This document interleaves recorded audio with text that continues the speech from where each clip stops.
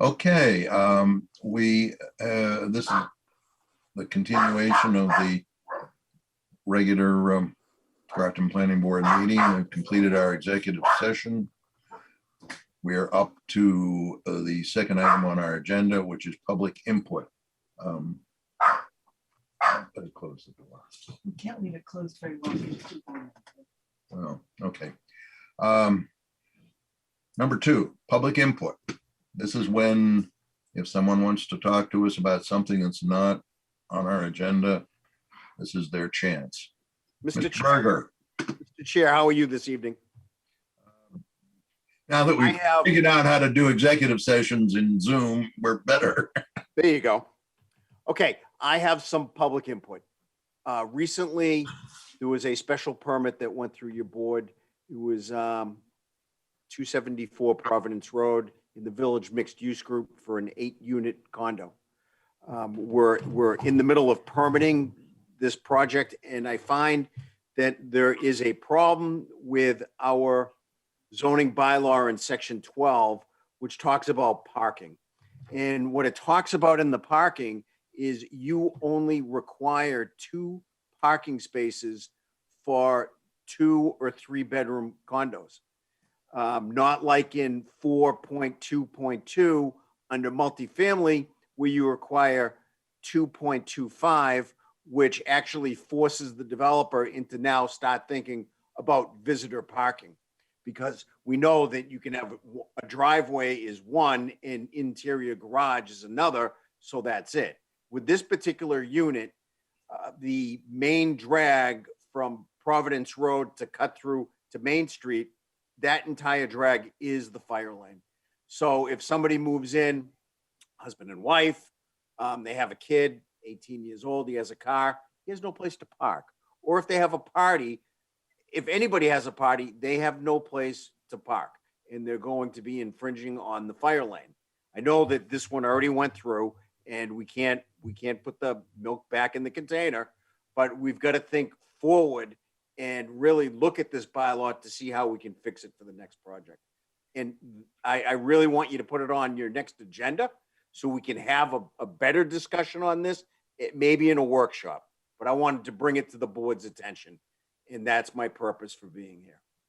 Good. We don't need, Bob talked to me earlier. We don't need to go down into this tonight. We need some thinking about it and getting ready and spreading information around. And then hopefully we can take it up at the next meeting. Anybody have anything they want to interact with there? Apparently not. Okay. Thank you, Bob. You're welcome. Everybody have a nice meeting. Thank you. We'll, All right. we try. I'll see you on TV. Thank you. Yeah. Okay. Unfortunately, yes. Yeah. Okay. What did I just think of? Well, I guess that's it. Draft decision for SP 2020-3/SPA and site plan approval at 8 Linda Circuit. And we have a draft decision. Has everyone reviewed the draft decision? Yeah. Apparently, I think. I had one question, and that's based probably partly on my less than perfect memory. In the draft decision, it mentions that the accessory apartment is to be occupied by family members or a single non-family member who acts as a caregiver. There was some talk at the hearing about something. The question was raised, I think, whether the caregiver could be accompanied by a companion of some kind, partner, whatever. And the decision doesn't allow that.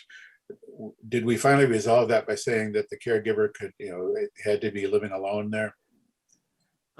So go ahead. So that was actually a comment in reviewing the decision that the applicant had brought up, and they asked for that edit to the draft decision that allow for a significant other of the caretaker to be included. Okay, Yeah. that's the only thing that caught my eye on reviewing the decision. Other than that, it's a straightforward accessory apartment decision, like so many others that we've done. Yeah, my recollection was that we were leaning as a board toward allowing the significant other in that apartment. Okay. And the reason I brought up that was that it should not end up having a caregiver with a family of 5, 10 living in Yes. the apartment. And that's the whole intent, right? Dave, you pointed that and elaborated that in the last meeting too. Okay. Anything else about the decision? Someone ready to make a motion? I'll move that we accept and approve the entire decision. The findings 1 through 21, grant the waivers 1 through 5, and approve the decision with the modification to whatever finding that was about the caregiver being allowing a significant other. Second. Moved and seconded. Is there discussion? Hearing none. Dave, Aye. Justin, Aye. Linda, Aye. Prabhu. Aye. And I vote aye. Motion carries. It's approved. Okay. Moving on. Minor modification for Wong's. For outdoor seating. Yep, so I see that the applicant is here. The meeting materials, it's very similar to last year's. They're looking to do outdoor seating. They included the calculation of parking spaces to seats. We did kind of discuss with them that the count of how many people would be there are allowed or are based upon the parking requirements as well as fire department. But obviously I think the parking requirements will be the more restrictive of the two. They did attend the development team meeting and gave a presentation to staff. After the development team meeting, fire department reviewed a little bit further and asked that rather than the wooden fence that was proposed, that planters be placed. I did send an email out. I don't know if they've had a chance to review that, but I'll defer to the applicant in that regard. But that's, I think, based on a concern of kind of separation of vehicular locations and the diners. So the fire department is looking for less than rather than the wooden fencing to be more planters, a little bit more substantial. So The other thing is the counting number of seats versus the amount of parking.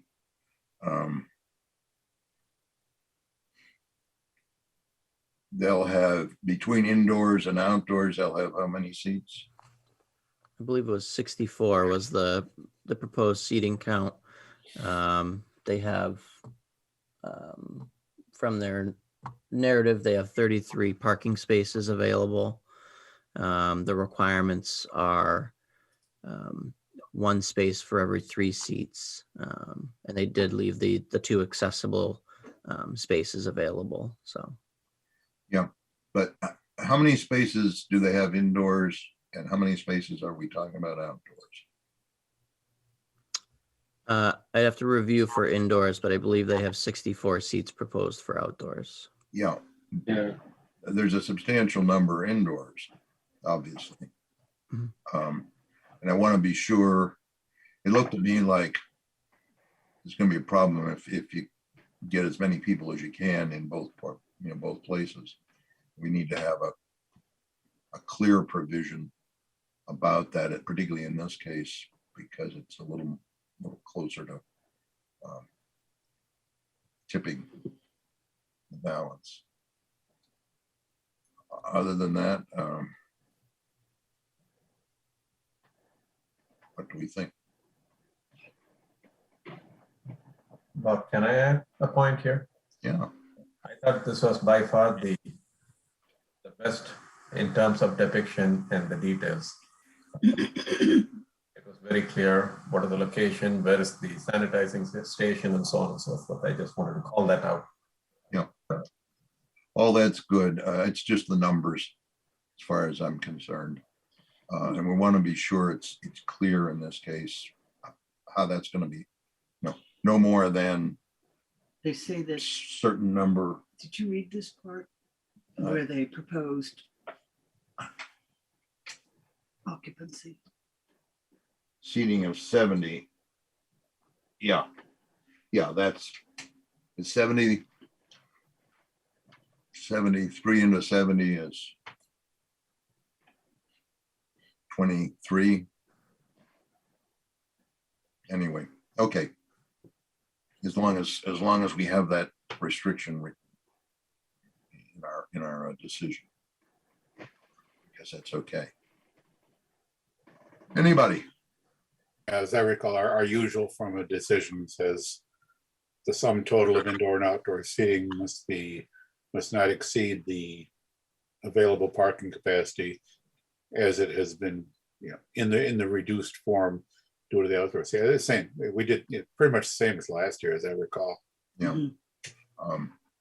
Just in this case, it struck me that some counting really needed to be done to be sure we're clear about it, because So with the 33 spaces that they're proposing to leave available from that 1-to-3 ratio, they'd be allowed 90 seats total, both indoor and outdoor, and no more. So 90 seats or 90 patrons seated.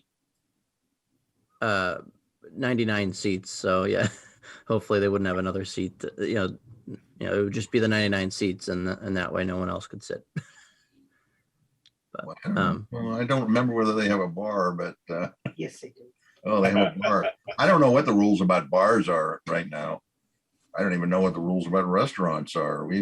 We're all hunkered down here. Hi, go ahead. So right now our bar is not open because we can't do 6 feet, it's too small. Indoor dining, certain tables, we will have very limited seating because of the 6 feet. It's about 4 tables maximum. Usually when it's like really, when it's open a nice day, I would strongly suggest outdoor patio, but we will have indoor for people who are not comfortable with sitting outside. But usually when they come in, I will probably most likely advise them to sit outside versus inside, If it's raining. If it's raining, we will open inside and close the outdoor. So that way we only have like about 4 to 5 tables and probably give or take about 30 seats taken. It would not go over the 70 occupancy for indoor and outdoor, if that helps a little. There is the case, I think you have a fair amount of takeout or pick up and take out. Correct. Cars are coming in with that. We ought to put that back in our heads. I don't know that the rules have anything to say about that. They come in, we send them home Eh, anyways. We don't let them stay. Anybody have any questions, discussion? Doesn't seem to be. No. I have a motion. I would offer a motion that the board approve this outdoor seating plan effective through December 1st with the same conditions that we've included in our other outdoor seating decisions to date this year. Second, Moved and seconded. Any discussion of the motion? Hearing none. Dave, Aye. Justin, Aye. Linda, Aye. Prabhu, aye. and I vote aye. Motion carries. You're all set, at least with us. Thank you so much, guys. Thank you. Yeah. We'll be up there. Come and visit anytime. Thank you so much. Thank you. Have a good night. Good night. Yeah. All righty. That moves me on to 3C, Consolidated Letter of Support. So I apologize, I didn't have this removed from the agenda.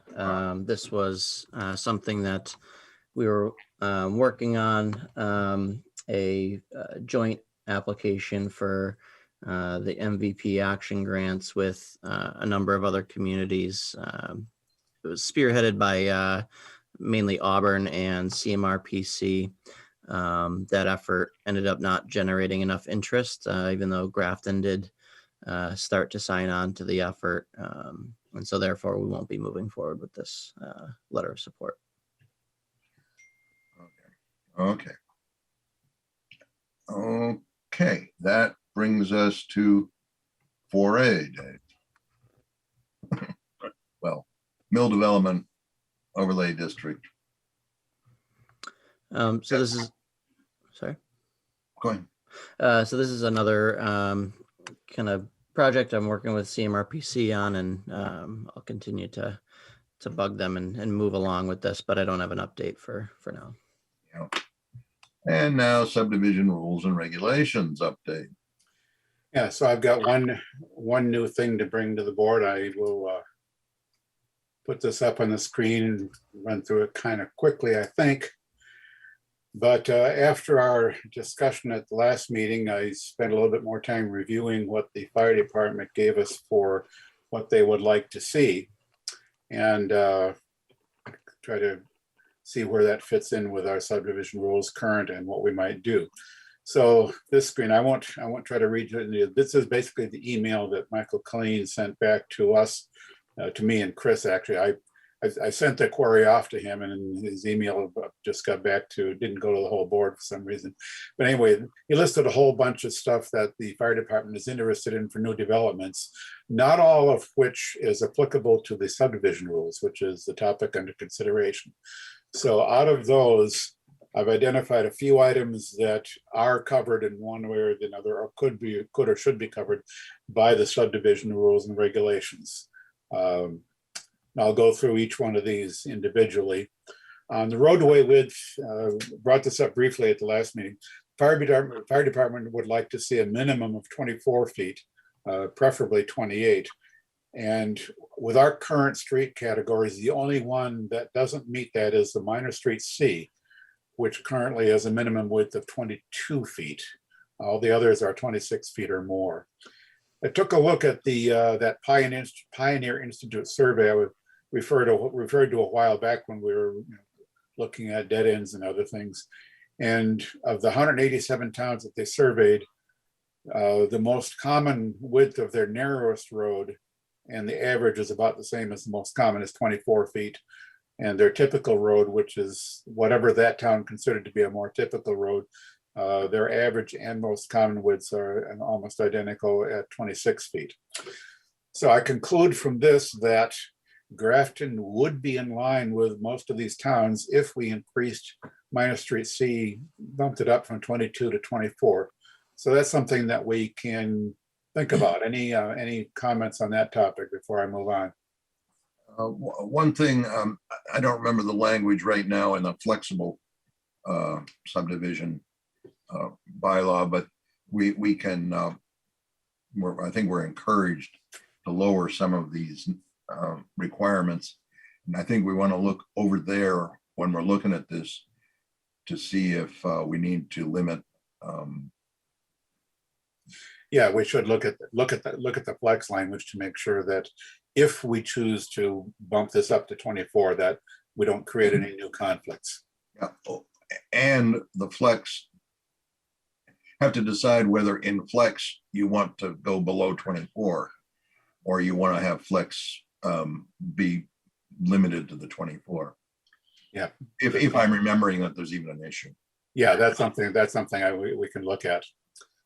I thought that one of the ideas behind slightly narrower roads in certain conditions was to prevent it from being a thoroughfare, a raceway, basically through a small development or through, to basically as traffic control, speed control.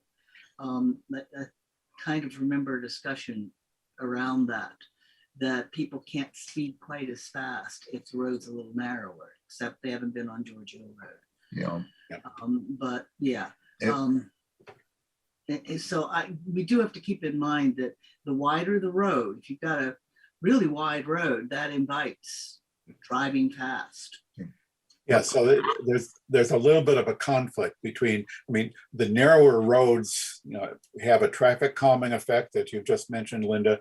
Narrower roads also reduce paved surfaces, which is generally thought to be a good thing under the principles of low impact development. Public safety, on the other hand, you want to make sure that emergency vehicles, fire trucks in particular, can make their way through. So that's a couple of points that we would need to weigh before we decide to make any changes here. Yeah, if you had cars on both sides of the road parked not quite up to the curb, how much width is left? Not a whole lot when you're driving one of those fire engines. Yep, that's something to keep in mind. Yeah, we can, you know, I wanted to kind of go through this briefly and make sure we raise the issues. We could, that definitely merits further discussion on our part. Okay. We can get at least some additional part of this. Yeah, so let's make our way through a little bit more. The next interesting topic was grade changes. The fire department, you know, I guess mainly to keep the trucks from bottoming out. The fire department wants a grade change no greater than 5% within a 75-foot length. I did the math on that and realized that corresponds to a minimum. They want a minimum K value of 15 for vertical curves. Well, that's no problem for us because we already specify a much larger minimum K value. So our rules as they stand more than meet the fire department's grade change requirement there. Also, they want a minimum grade change at intersections. They don't quantify it, but they don't want a big grade change in intersections. And it appears we satisfy that as well with the leveling area requirements that we have. You know, I think we require leveling areas that are at least significantly larger than some other towns do for their equivalent leveling areas. So I think we're in good shape with fire as far as this is concerned. Yeah, but we have waived some of those to one degree or another.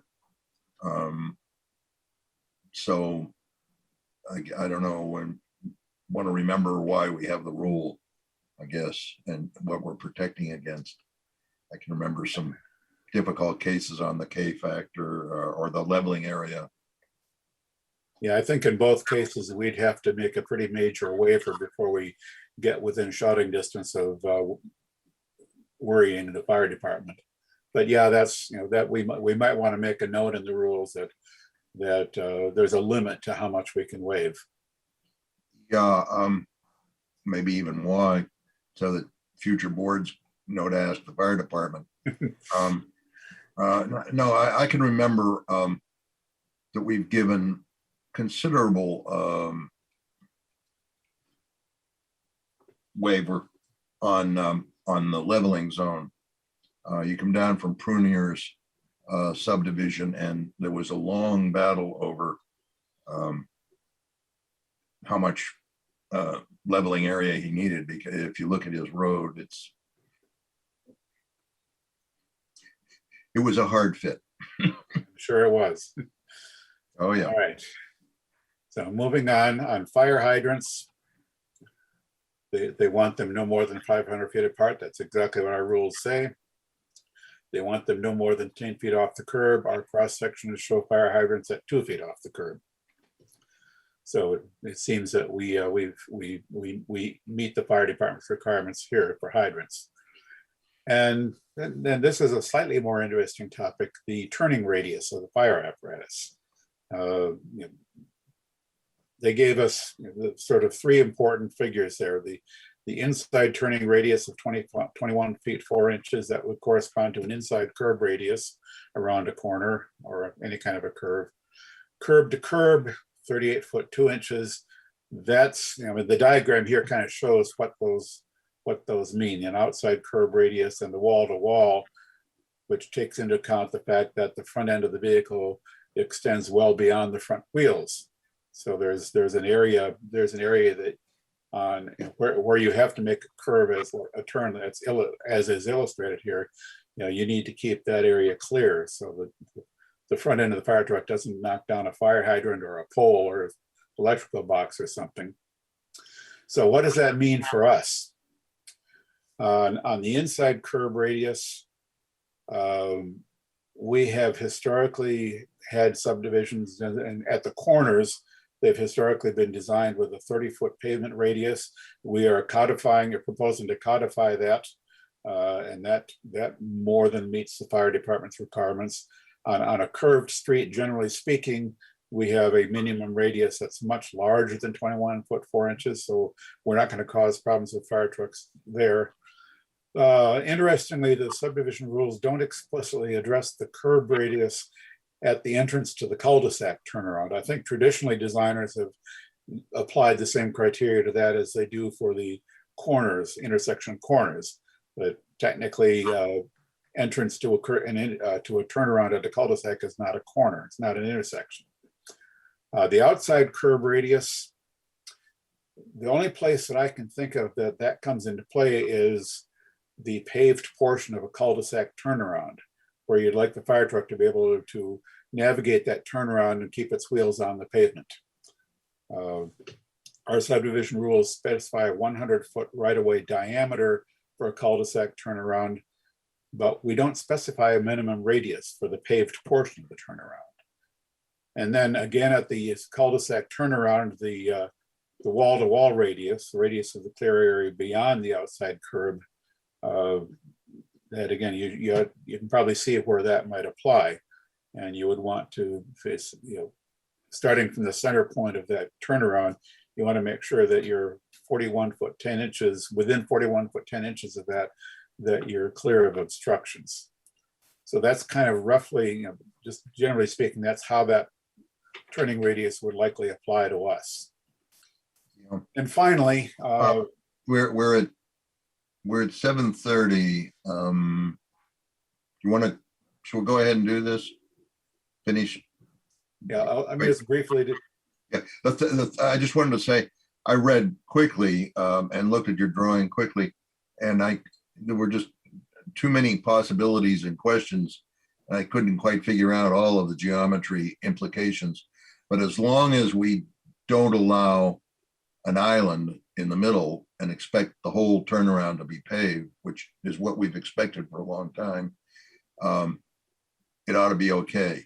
If you start allowing an island, it begins to get to be a little more of a headache to figure out. Yes, an island can complicate things. So just this last slide here, I've just sort of listed some potential revisions that we could consider with the subdivision rules. We can all kind of read these over and think about them and come back. I'm not suggesting we make any decisions tonight. This is sort of what my review of the fire department requirements have come up with for what we might consider.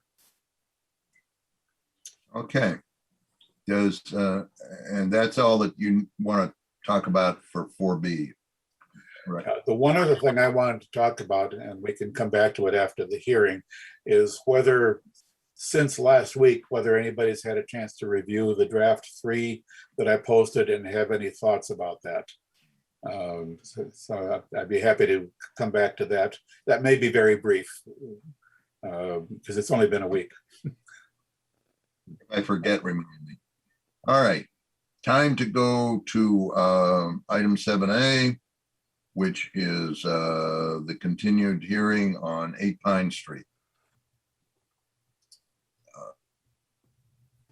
What do we have? Did we get anything new since the last time? I read the first 20 pages of the traffic impact study, and noticed some errors or some problematic bits and pieces here and there. But I don't know whether it's time yet. I didn't write them all down. but see how we're doing with it. There's talk of, I think it's, oh, never mind. Let's not try to do that. What do we have tonight? Yeah, so we're, I did receive an email from, with a response to some of the peer review late today, and I have not had a chance to go through those before the meeting. I note that the applicant's here. I don't know if she wants to kind of walk us through some of those, but I'd be happy to. Sure. And hi, everyone. Again, I'm Jean Christie, Senior Engineer with Ty and Bond, and I'm here with Matt Welter from GSX ODG, who's the applicant. I do recognize that I sent that email late today. I don't expect anyone to have looked at it. So I think tonight, I think Matt and I can give you an update on where we are with things, how we've been plugging along, and then what's kind of next on our radar, I guess. So as you mentioned, Mr. Chairman, the traffic report has been submitted.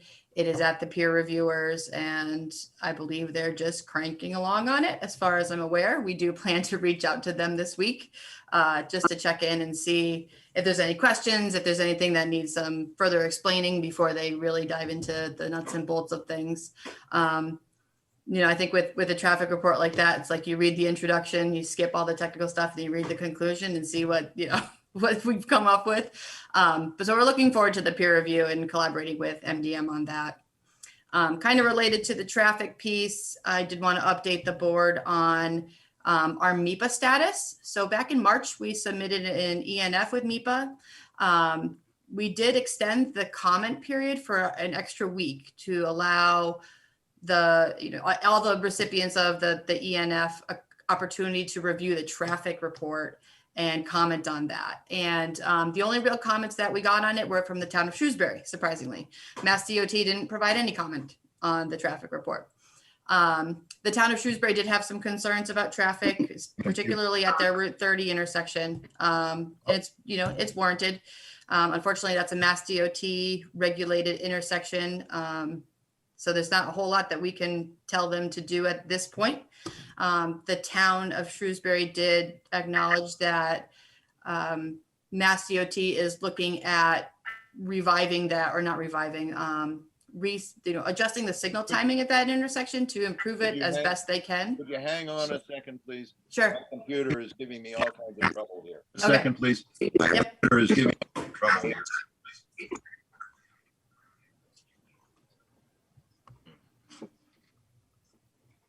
This is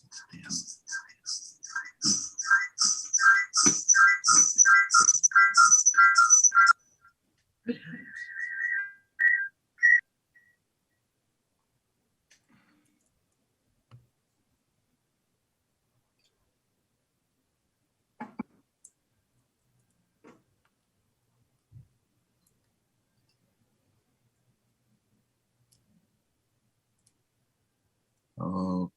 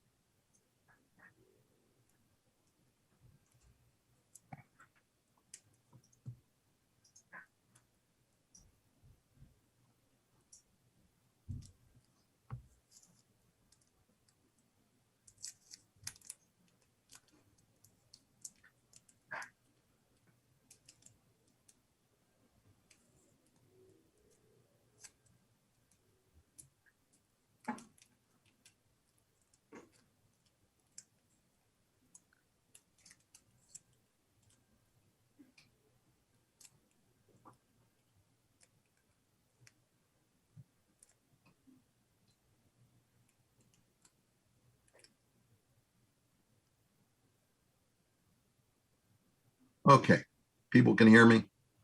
Sure can. All right, so that's Okay.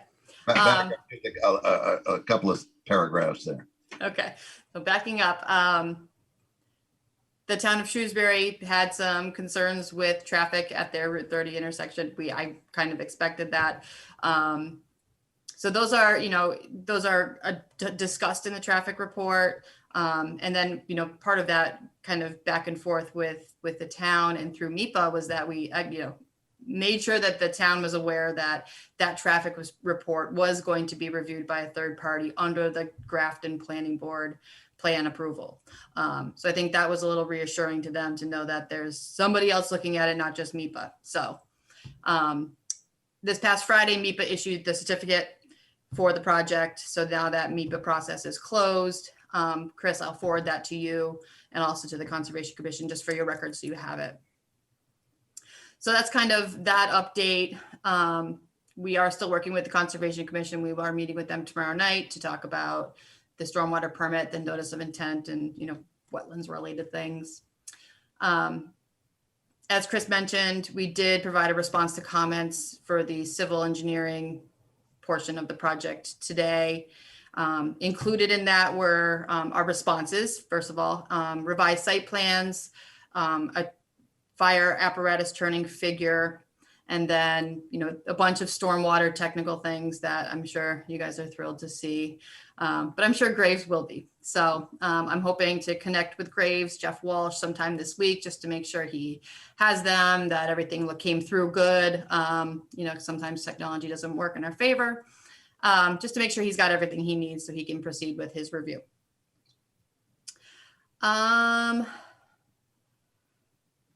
I have been speaking with lots of different people in the past couple of weeks. I think the biggest one was finally really connecting with the fire department and Michael Colleen and talking through a lot of what was just in your previous presentation, which was really good to see, incorporating those things into your subdivision regulations, because I think he's holding us to many of those things as well. So I think at this point, we walked through the plans, we walked through some of the changes that we were going to make, including, revising where hydrants are going to be located, to make it make sense for, getting hoses around corners of the building, since we have such an odd shaped building. And I think at this point, he was happy with that, with our responses to his initial comments. I know that there will be more back and forth that will happen this week once I get him those revised drawings as well. And I guess that's something I wanted to ask Chris, if you would distribute the revised plans to everybody, if you want me to. You can submit them directly to Mike Clean. Just please CC me and Natalia so that we have it for the record too. Okay, I can do that. So addition to the fire department, we've been working with Job Corps and DCAM as the property owner, just to keep them apprised of how this project will impact their property. We're planning on meeting on site this week with them, with Job Corps folks, with DCAM folks, and with Department of Labor folks to kind of powwow about the whole thing and to get sign-offs from them to have that work on their property and to make sure that they don't have any security issues, that all their access needs are met. And then there's some utility infrastructure things that we're working on with them. And then the last thing, which we haven't really advanced much, is a discussion with the school committee, just to locate a bus stop. I think we know where we want to put it, where it makes sense logistically with pedestrian access and safety kinds of things, line of sight types of things, but it's just, confirming that with them. And then I think moving forward, I know we're not going to close tonight since we don't have any peer review final letters yet. I'm hoping that we'll have a much more progress for the next meeting on the 24th with peer review processes, and we can present to you a whole bunch more traffic information. And hopefully by then I'll give you an opportunity to enjoy the traffic report that we prepared. So I think that's the plan of attack moving forward. Does anybody have any questions? Or Matt, did I miss anything?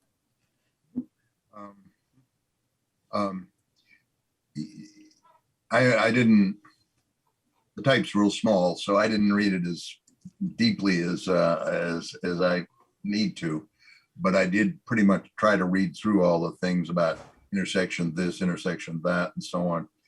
And I think that there's a big deal going on at Centec and 20 a big read, unless, or did they already do it?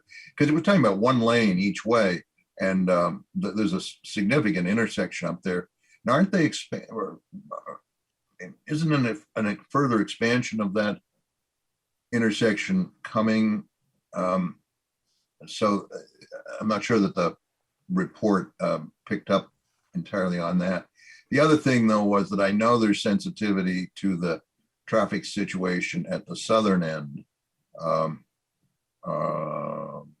of Pine Street. Pine Street and Route 30. And I kept being confused as to say there were talks about intersections that were identified, I think incorrectly, and I'm not sure which intersection they're talking about in some cases, where I think maybe they meant that, not, is it Cherry Street?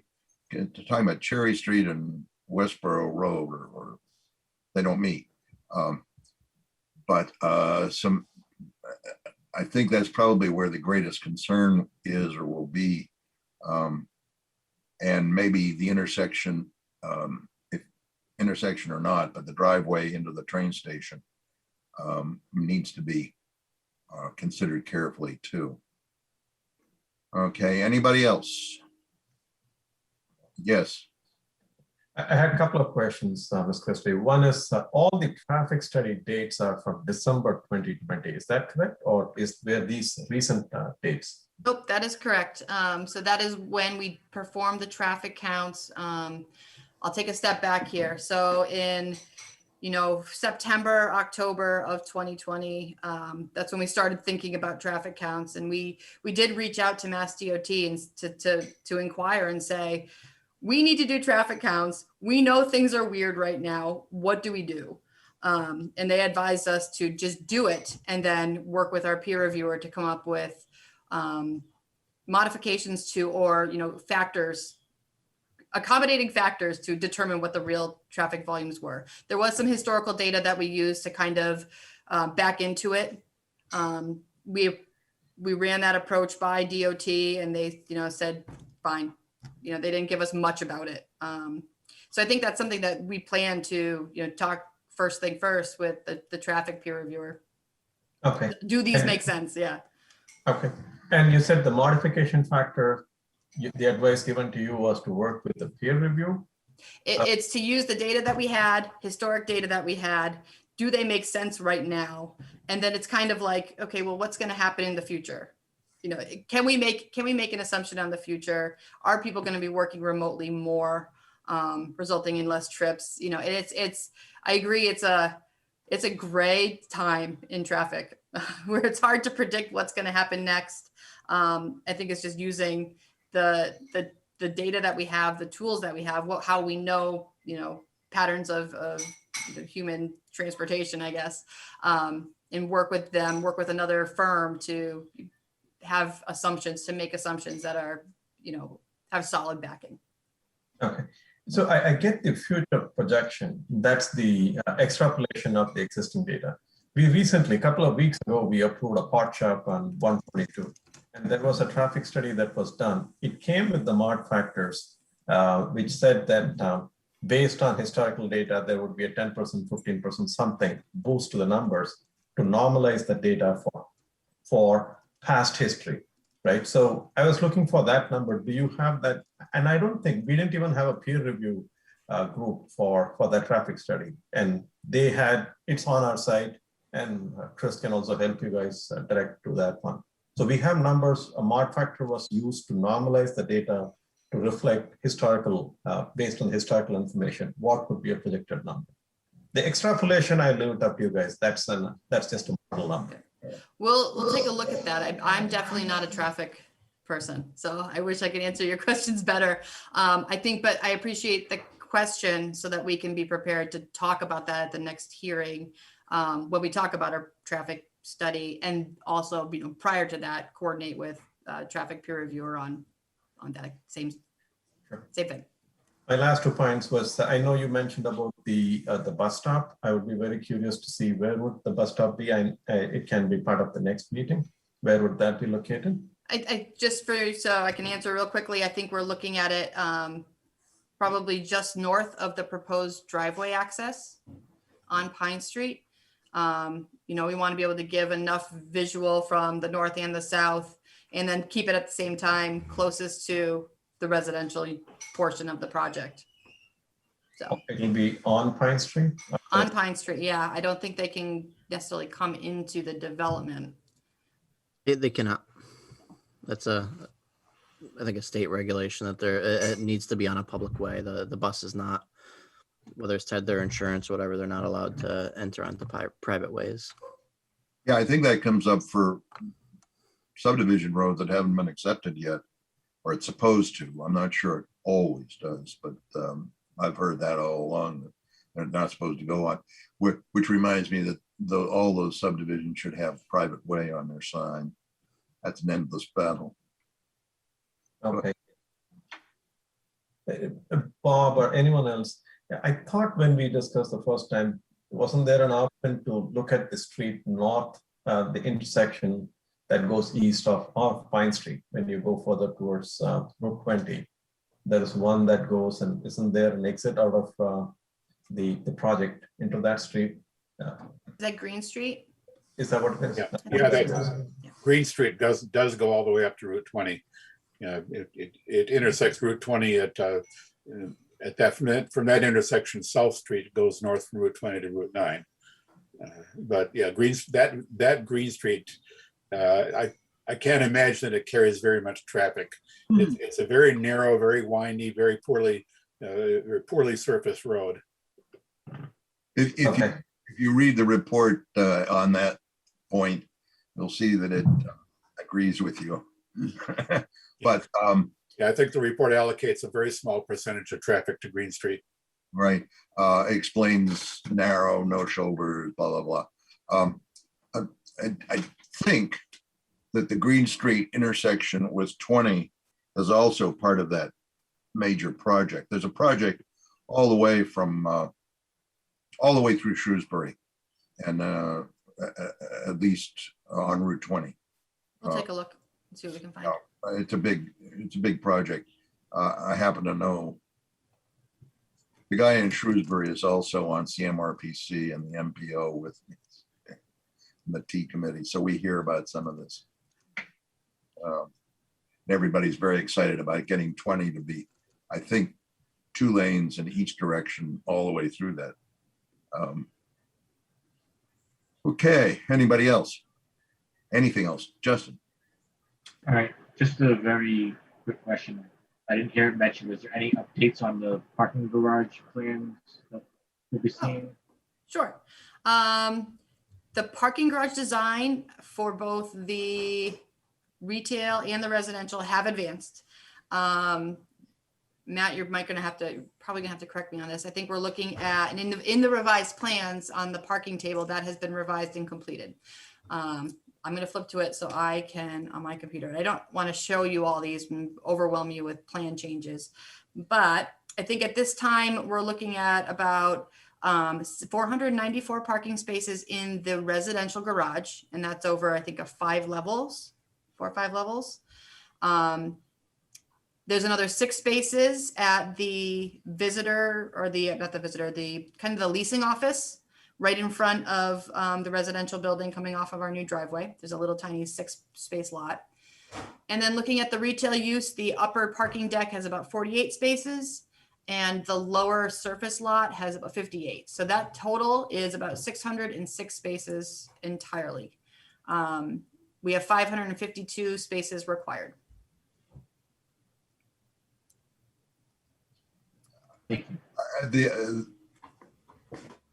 Want to be sure about counting the spaces that you plan to make available for commuters and how that gets into the counting.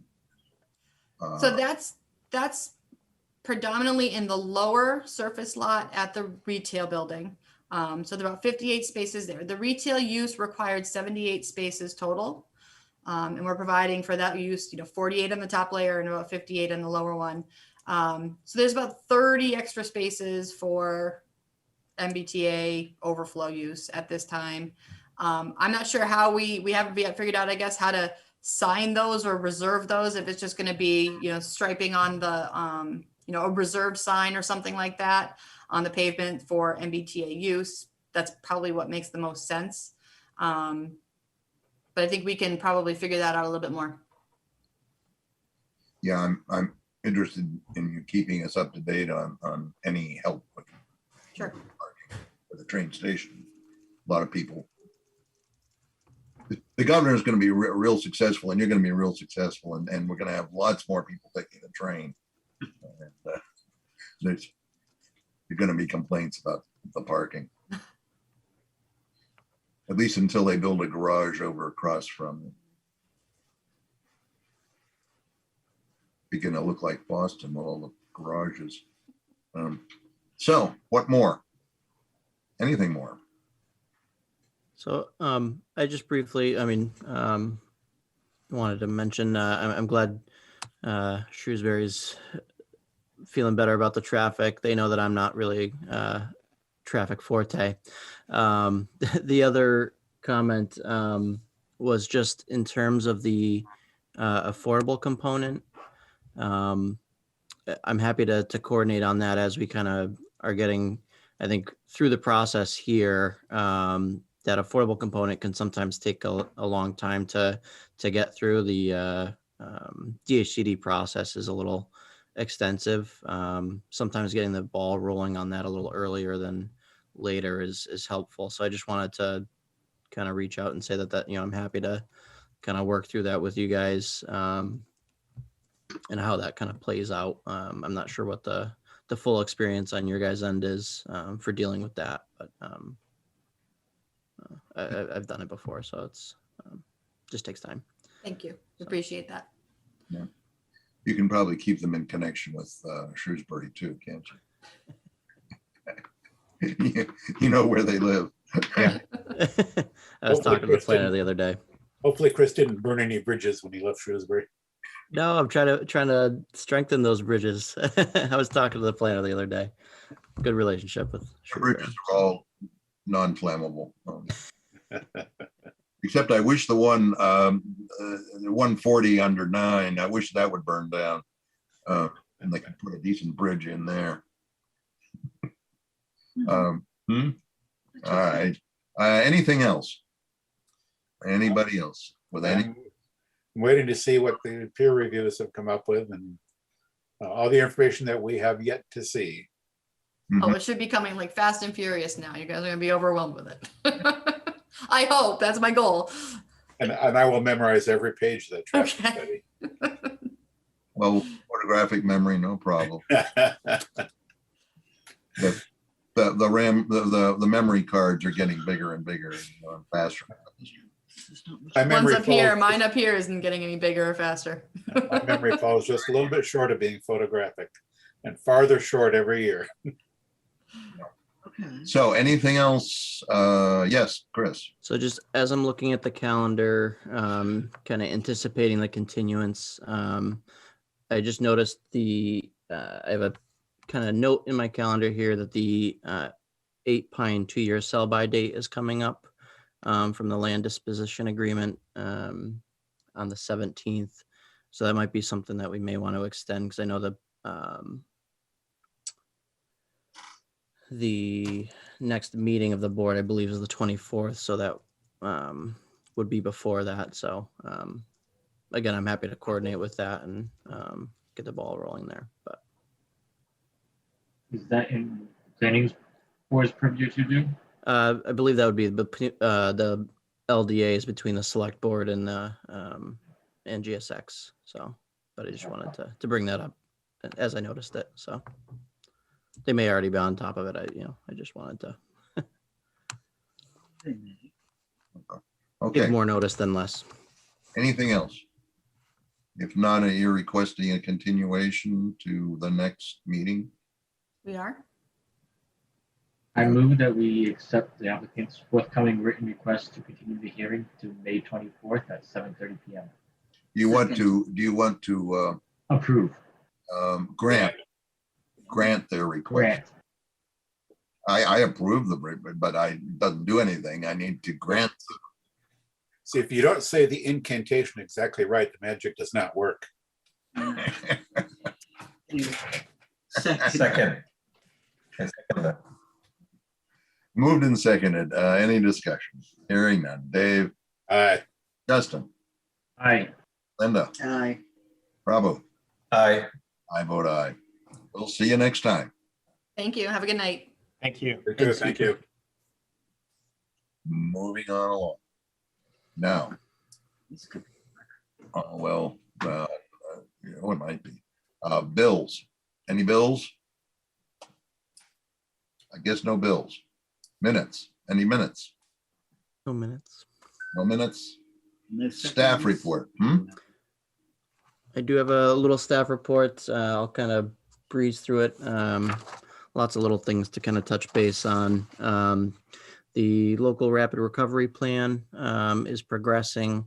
We've scheduled a number of interviews throughout the week, or I should say, the consultant has scheduled a number of interviews with local businesses in the focus area throughout the week. I'm going to attend as many as I can to kind of provide some local support, but I told them that it's, given the timeline of that project, it's more important that they just move ahead with the interviews. So I may not be on all of them. Another thing, we met with some interested residents about a skateboard park. Definitely very early stages of looking at where something like that could go. So I'm sure there's going to be more to update on that, but I thought it was a fruitful discussion looking at our regulations, and I learned was able to review where in our zoning that fits, which was news to me. So that was interesting to look at, and still a lot of work to go. Put it next to the dog park we're gonna build. Is there a specific location for that? There's a long history there. Tough Okay. is helping us out, except I don't think they're operating right now. All right.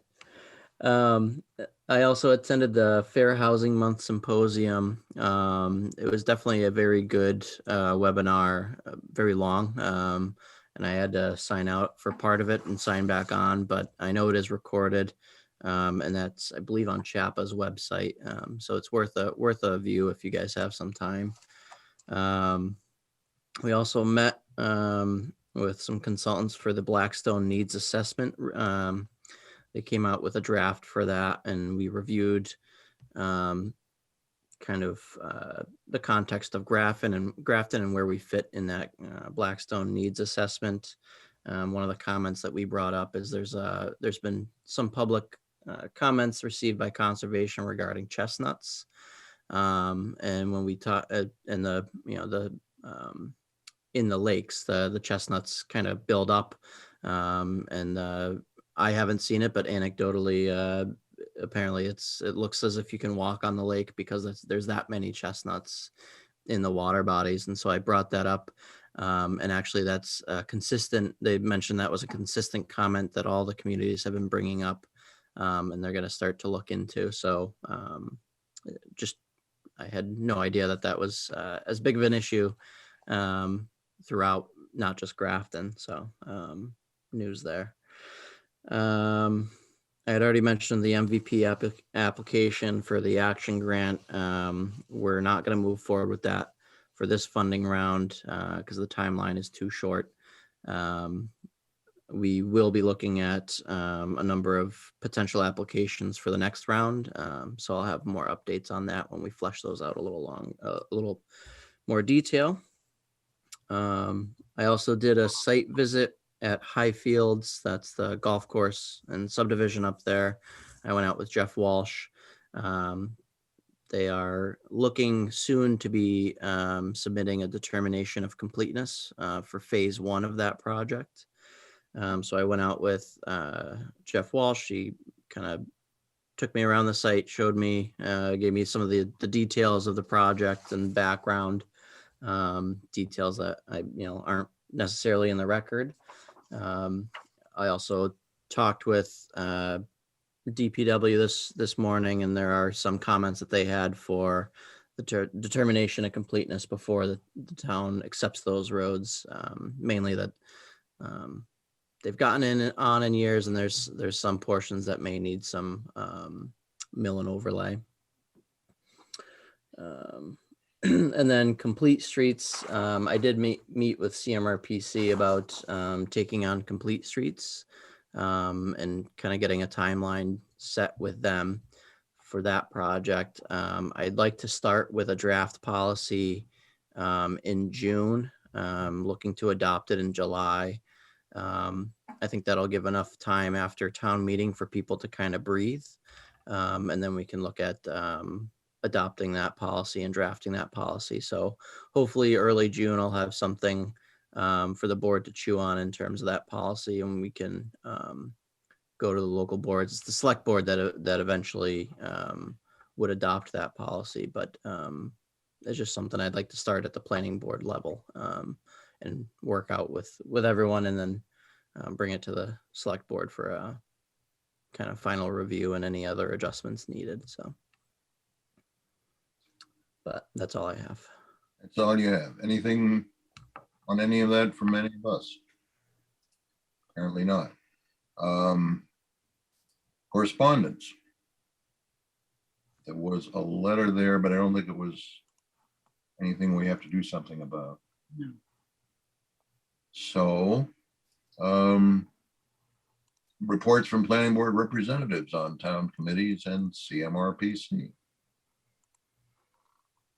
Yes, On the library planning committee, library planning building committee, whatever the name, correct name, just got off the meeting, and we are closing to the substantial completion date of June 8th. And I think Andy gave an update that the movers probably would be coming in sometime in July. Right now, we are looking at just a little over 100,000 in the bank with the approved budget, plus the additional funds that was mobilized by the library friends and external groups. So very, very close, but it's coming out well.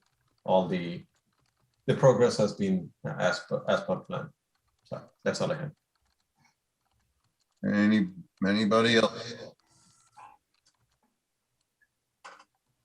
I don't hear anything. Is there anything else that might lawfully come before us? Did anybody want to have any additional comments to bring up tonight regarding the subdivision rules? Anything for me to think about for the next revision or anything? If not, we'll just leave it till the next time for further comments. So I don't, not necessarily about the subdivision rule, but about the K-value calculation. The inputs that you shared was from the fire department, right? This is the K-value expectations that they have for the vertical curves and stuff. Right. Do we need to consider any other inputs outside of this? Or is it just primarily the dependency on the critical path is only going to be on the inputs from the fire department? For K values generally? Yeah. Those they've been in the regs for a long time. And there you can also find comparable K value discussions and parameters in the Mass Highways Project Development and Design Guide. And in fact, Jeff Walsh recommended that we update one of our existing K values to be consistent with the PDDG. So that's where the K values come from. The fire department expressed an interest or expressed a concern about avoiding really sharp sags and crests, but the numbers, the way they express the numbers, mathematically that translates to a minimum K value of 15. And as I said, our minimum K values are much larger than that. So we're unless we were to wave a K value down drastically, the fire department would have no concern with the way our subdivision rules are written. And we might on occasion allow a little bit of deviation from that, where unusual topographic considerations that don't allow a relatively smooth crest or sag. But if you need it so the fire engine can get through, what do you do? But I think a little more consulting on cases like that with the fire department is probably what we need to do, don't you think? Yeah, I think the way we probably want to look at it is if we are requested to allow a sharper, a lower K value for a crest or a sag on a vertical curve, if if we're asked to waive that and waive it down to a lower value, we would want to have that request reviewed by the fire department before we approve it. Yeah.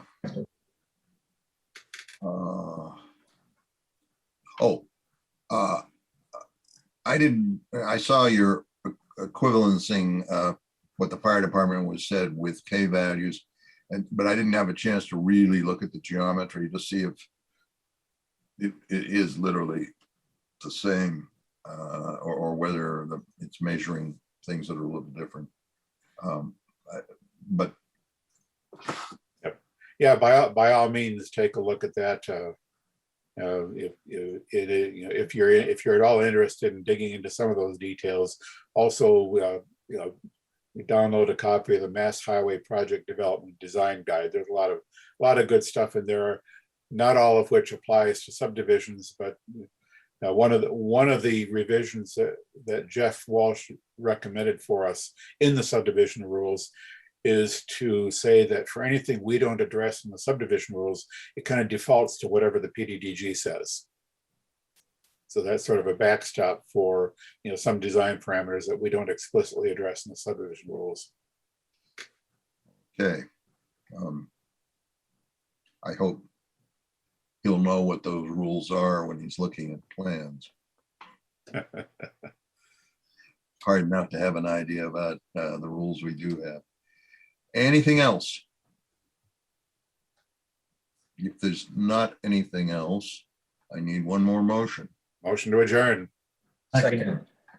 Moved and seconded to adjourn. It's not debatable. Dave, Aye. Austin, Aye. Linda, I- Prabhu, Aye. I say aye. We're Yay. done. We're done for the day.